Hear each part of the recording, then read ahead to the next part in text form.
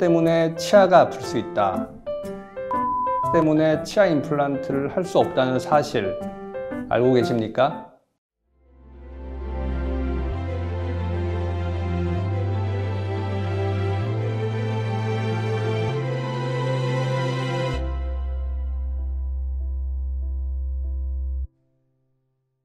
오늘은 치과에 연관된 부비동염, 치성 부비동염에 대해서 알아보는 시간을 갖도록 하겠습니다. 치과 질환과 축농증이 도대체 무슨 관계가 있을까 굉장히 의아해하는 분들이 많을 걸로 알고 있습니다. 간단한 도식도를 들어서 설명을 드리자면, 여기 보시는 바와 같이 이 하얗게 보이는 부분이 치아가 되겠고, 그 치아의 뿌리 위가 바로 상악동이라는 부비동이 되겠습니다. 이빨 뿌리하고 상악동은 해부학적으로 굉장히 밀접하기 때문에 치과적인 질환이 염증을 일으키는 경우, 이것을 우리는 치성 축농증이라고 명명을 합니다.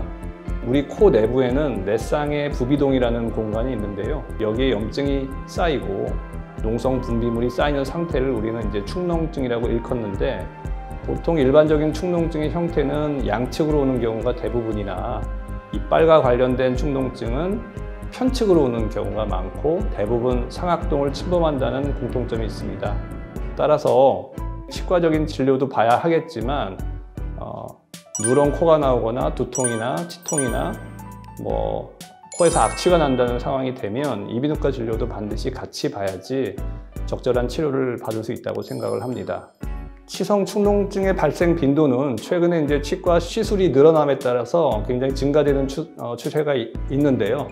전반적인 전체 만성 축농증의 한 10% 내외, 요즘은 한 9% 정도 차지하는 것 같습니다.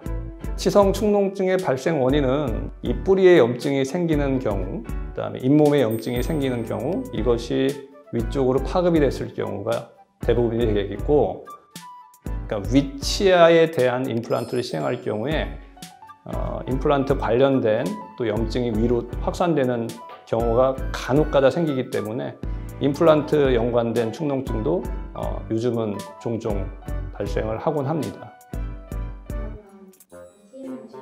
네. 치과를 먼저 가야 될까요? 이비인후과를 먼저 가야 될까요? 치성 축농증을 치료하기 위해서는 어느 쪽을 먼저 가야 되느냐? 잠깐만, 이건 나도 생각을 통상적인 치통은 상식적으로 이제 치과를 먼저 찾곤 합니다. 그래서 치과적으로 충분하게 진료를 받고 진단을 받는 게 일단 선행이 되어야 될 것 같고요.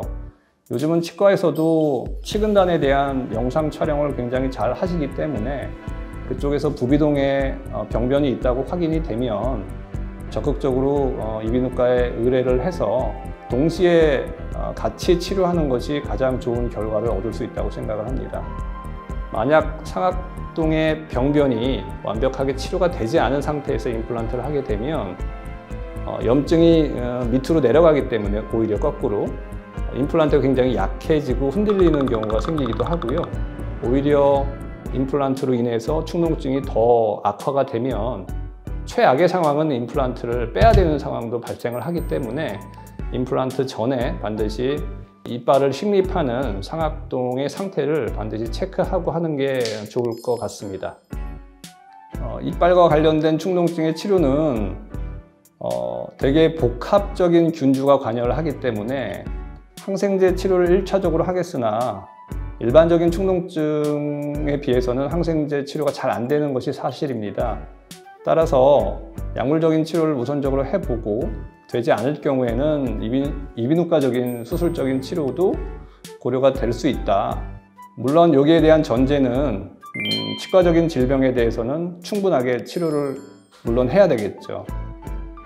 치성 축농증은 앞서 설명드린 것처럼 현기성 균이 작용을 하기 때문에 광대 안이 환기가 잘 되도록 만드는 게 이제 수술의 목적이 될 거고요. 두 번째는 그 개구부 이외에 다른 창을 좀 내는 거죠, 인위적으로. 바깥으로 우리가 환기창을 만들 수 없으니까 코 안으로 적절한 내시경적 방법을 써서 환기창을 만든다고 생각하면 이해가 빠를 것 같습니다. 수술 자체는 그렇게 복잡하지는 않고요. 내시경을 이용하기 때문에 흉이 나지는 않습니다. 수술 시간은 뭐 길어야 한 30분 이내에 끝날 것 같습니다. 많은 분들이 이제 수술할 때 굉장히 이제 통증에 대해서 겁을 내죠. 근데 저희 병원 같은 경우는 이제 마취과 선생님이 상주하시는 분이 계시기 때문에 충분하게 이제 수면 마취를 하거나 아니면 전신 마취를 해서 보통 하는 편이고요. 그 광대 안에 염증 물질을 굉장히 박박 긁어내고 때로는 이제 물로 씻어내야 되기 때문에 이거를 국소 마취로 하기에는 좀 많이 서로 힘들 것 같습니다. 충분하게 마취를 하고 하니까 너무 수술할 때 통증에 대해서 걱정을 할 필요는 없을 것 같습니다. 수술 후는 일반적인 축농증 수술과 그렇게 큰 차이는 없을 것이고요. 뭐 코를 너무 세게 풀거나 무리한 운동은 한 일주일 정도만 삼가하면 뭐 큰 문제 없이 치료가 될 것으로 생각이 됩니다. 오늘은 조금 생소한 치성 축농증에 대해서 알아봤습니다. 치아는 삶의 질에 직결이 되기 때문에 당연히 먼저 아프면, 이빨이 아프면 치과 진료를 먼저 하고 여기에 동반된 치성 축농증이 있는지 면밀하게 살펴볼 필요성은 있다, 이렇게 생각을 합니다. 다시 한번 영상을 보고 잘 기억을 했다가 치성 축농증이 의심이 되면 가까운 이비인후과에 가서 진료를 받는 것을 권유합니다. 마지막으로 제일이비인후과 좋아요, 구독도 눌러주세요. 감사합니다.